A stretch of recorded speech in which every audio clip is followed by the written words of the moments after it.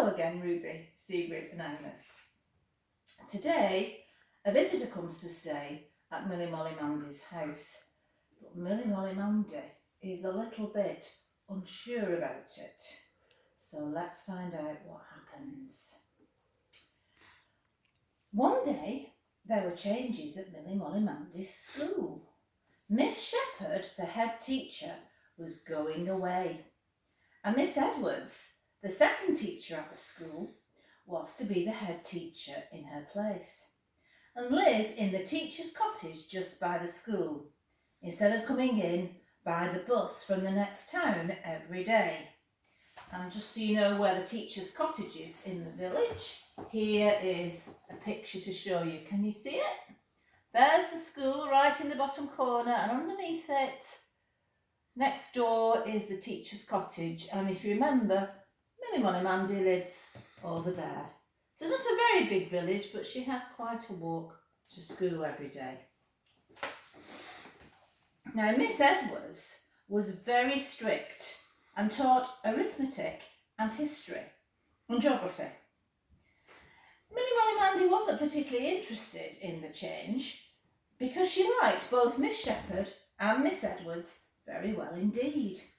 But one afternoon, Miss Edwards gave her a note to give to her mother, and the note was to ask if Millie Molly Mandy's mother would be so very good as to let Miss Edwards stay at their house for a night or two until Miss Edwards got her new little house next to the school ready. Father and mother, Grandad and Grandma, Uncle and Auntie talked it over during supper that night, and they thought they might manage it just for a few days. Millie Molly Mandy was very interested and tried to think what it might be like to have a teacher sitting at supper with them and going to sleep in the spare room as well as teaching in school all day. And she couldn't help feeling just a little bit relieved that it was only to be for a night or two. Next day she took a note to school for teacher from mother to say yes, they would be pleased for her to stay. And after school, Millie Molly Mandy told her friends Susan and Billy Blunt all about it. Susan said, "Ooh, won't you have to behave properly? I'm glad she's not coming to my house." And Billy Blunt said, "Ooh, hard luck." Millie Molly Mandy was quite glad teacher was only coming to stay for a few nights. Miss Edwards arrived at the nice white cottage with the thatched roof just before supper time the following evening. Millie Molly Mandy was looking out for her, and as soon as she heard the gate click, she called mother and ran and opened the front door wide so that the hall lamp could shine down the path. And teacher came in out of the dark just as mother hurried from the kitchen to welcome her. Miss Edwards, the teacher, thanked mother very much for having her and said she felt so dusty and untidy because she'd been putting up shelves in her new little cottage ever since school had finished in the afternoon. So mother said, "Come right up to your room, Miss Edwards, and Millie Molly Mandy will bring you a jug of hot water, and then I expect you'll be glad of some supper." So Millie Molly Mandy ran along to the kitchen for a jug of hot water, thinking how strange it was to hear teacher's familiar voice far away from school.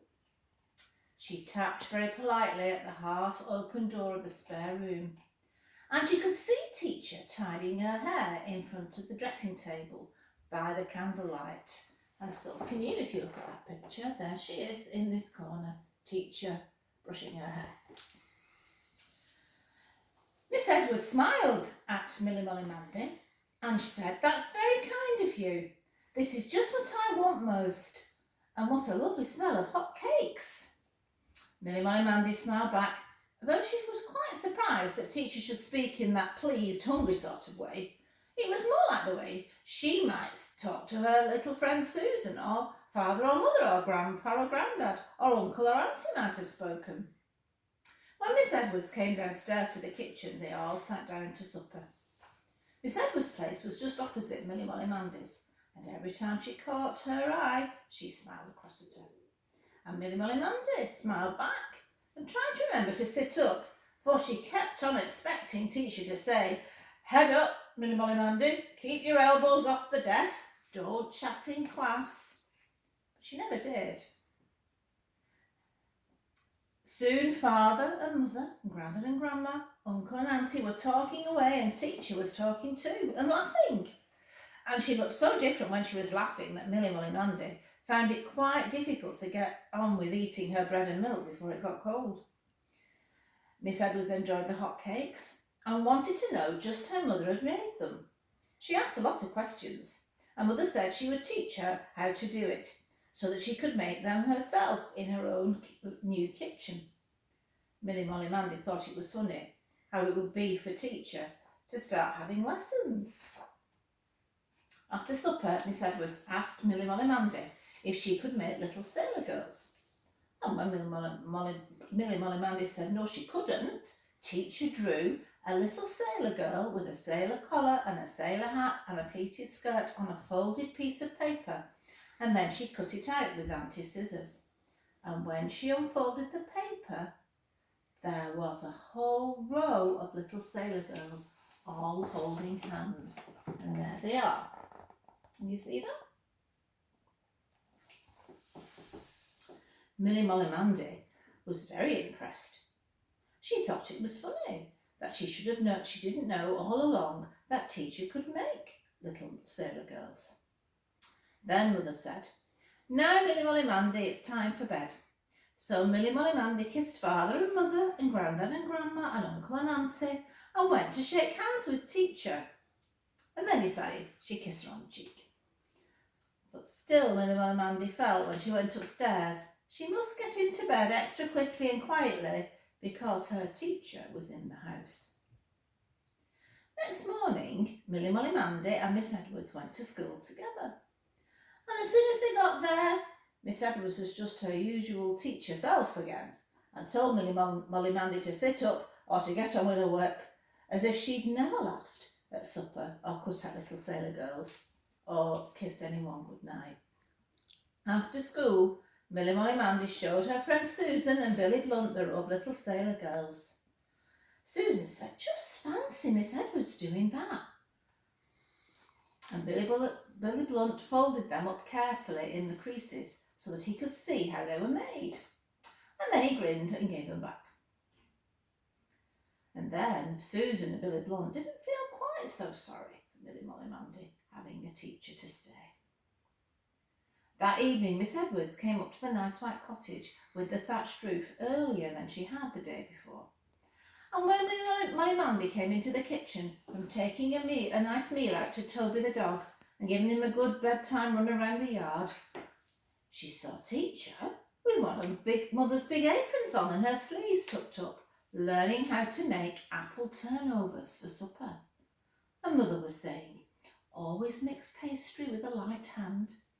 And teacher was looking so interested and didn't seem in the least to know she had a streak of flour down one cheek. And here's a picture. I'll bring it a bit nearer and hopefully you can see the streak of flour down teacher's cheek.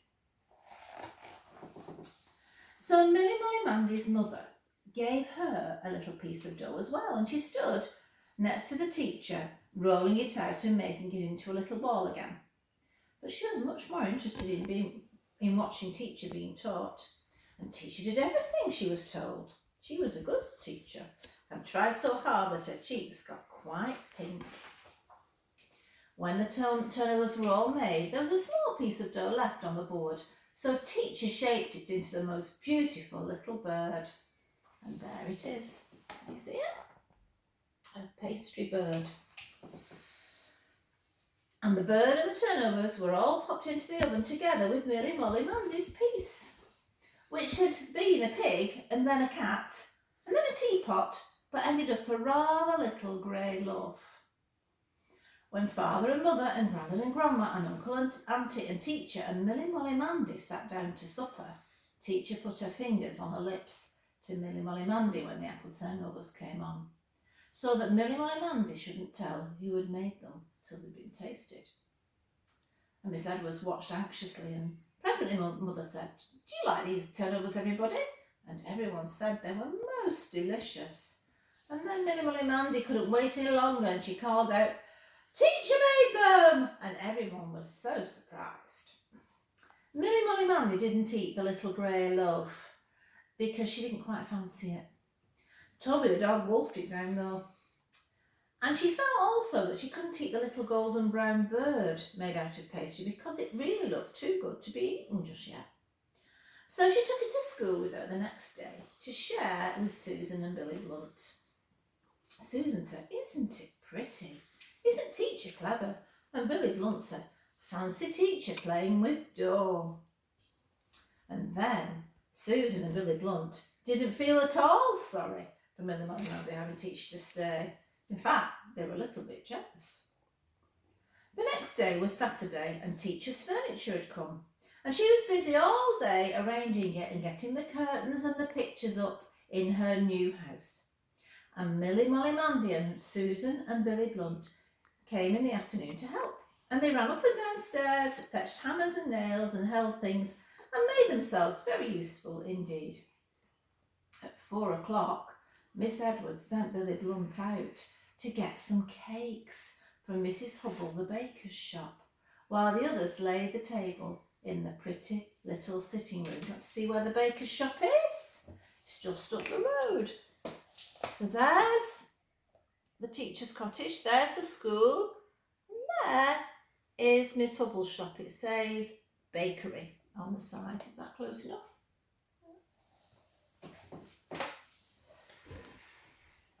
They had a kind of picnic with Millie Molly Mandy and Susan sharing a cup and Billy Blunt having a saucer for a plate because everything wasn't packed yet.